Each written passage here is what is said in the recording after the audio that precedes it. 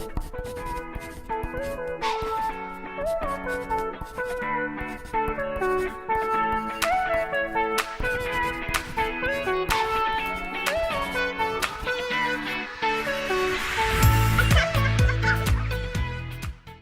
friends, my name is Youssef, and today we're going to read the story of Mr. Chatterbox.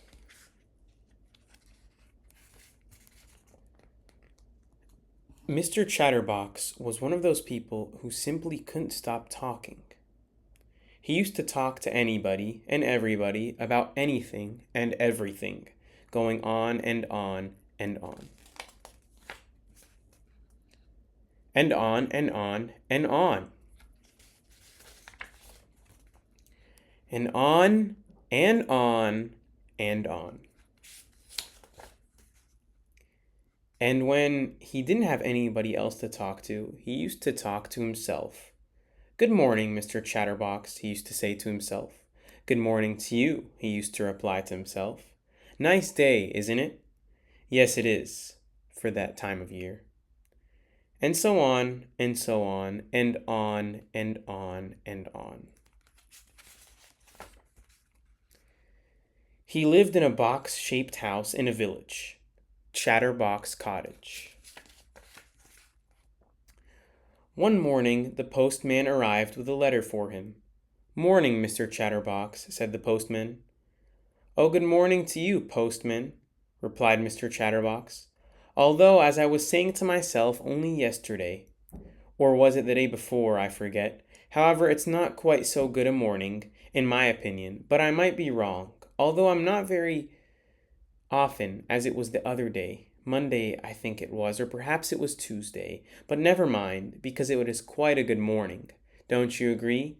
Yes, of course you do, because that's what you said to me in the first place, and he went on all morning, and the poor mailman was late delivering all his letters.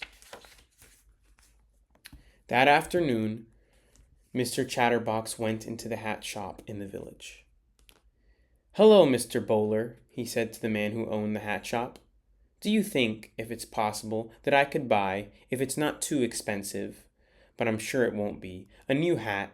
Because would you believe it? Yes, of course you would. But anyway, as I was saying, my present hat, the one on my head, as you can see, is getting, how can I put it, a little too old, because I've had it for, let me see now, it must be, let's think, 10 years? No, I tell a lie, it can't be that long. Or can it? Well, yes, it could be.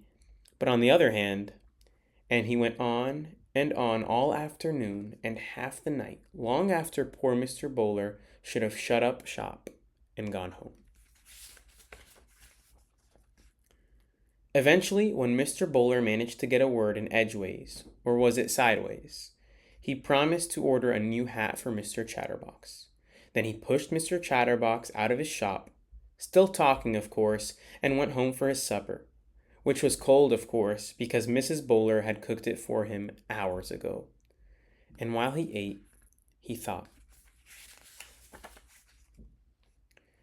Exactly 1 week later, the new hat for Mr. Chatterbox arrived in a smart red hat box. The postman delivered it to Mr. Bowler's shop. "At last," said Mr. Bowler, having a sigh of relief. "I think that this hat is going to be the answer to the problem of Mr. Chatterbox talking so much." "I wish it could be," said the postman, "but how can it?" "Because," replied Mr. Bowler, "this hat is a magic hat." "Oh," replied the mailman, who didn't quite understand.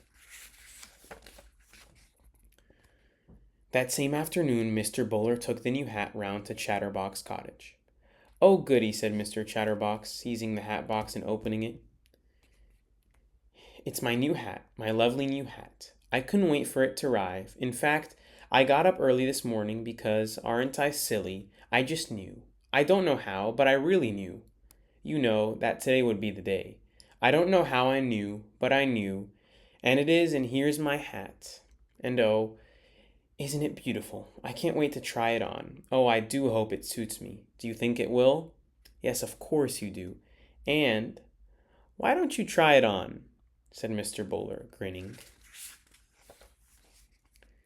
Try it on? Yes, of course I must try it on. How silly of me to stand here chattering on when I haven't tried it on yet. Yes, I will, absolutely, definitely try it on. Straight away, because as I said, it's silly just to talk about trying it on, and then not try it on, isn't it? And so, he took the hat out of the hat box and put it on. It was a beautiful hat.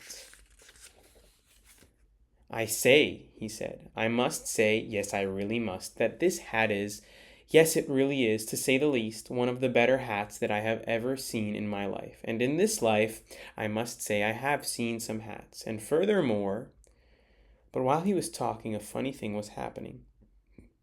The more words that came out of Mr. Chatterbox's mouth, the larger his hat became. The more Mr. Chatterbox talked, the more his hat grew and grew and grew. Mr. Chatterbox kept talking, and the hat kept on growing. I can't see anything, he said. 1 minute I was standing here admiring my new hat, and now, all of a sudden, without any warning, taking me all unawares, just like that, the hat grew down to his feet, and Mr. Chatterbox stopped talking. And as soon as he stopped talking, the hat grew smaller and smaller until it was the same size as when he'd first tried it on. Mr. Bowler had gone home when Mr. Chatterbox couldn't see him, and now he was walking back to his shop. My special magic hat really works, he chuckled. The following day, Mr. Chatterbox was out for a walk when he met the postman in the village. Hello, mailman, he said. I say, do you like my new hat? Have you ever seen such a fine hat? I'm sure you never have. What a hat, and... But you know what was happening, don't you? The hat grew and grew and grew the more Mr. Chatterbox talked. Now I know what Mr. Bowler meant by a magic hat, chuckled the mailman. And he went on his way, leaving poor Mr. Chatterbox speechless. He thought, thinking. Not talking, thinking. And do you know something? That hat taught Mr. Chatterbox his lesson. And these days he doesn't talk half as much as he used to, or even a quarter as much. And you know the reason for that, don't you? Yes, of course you do. But keep it under your hat. The end.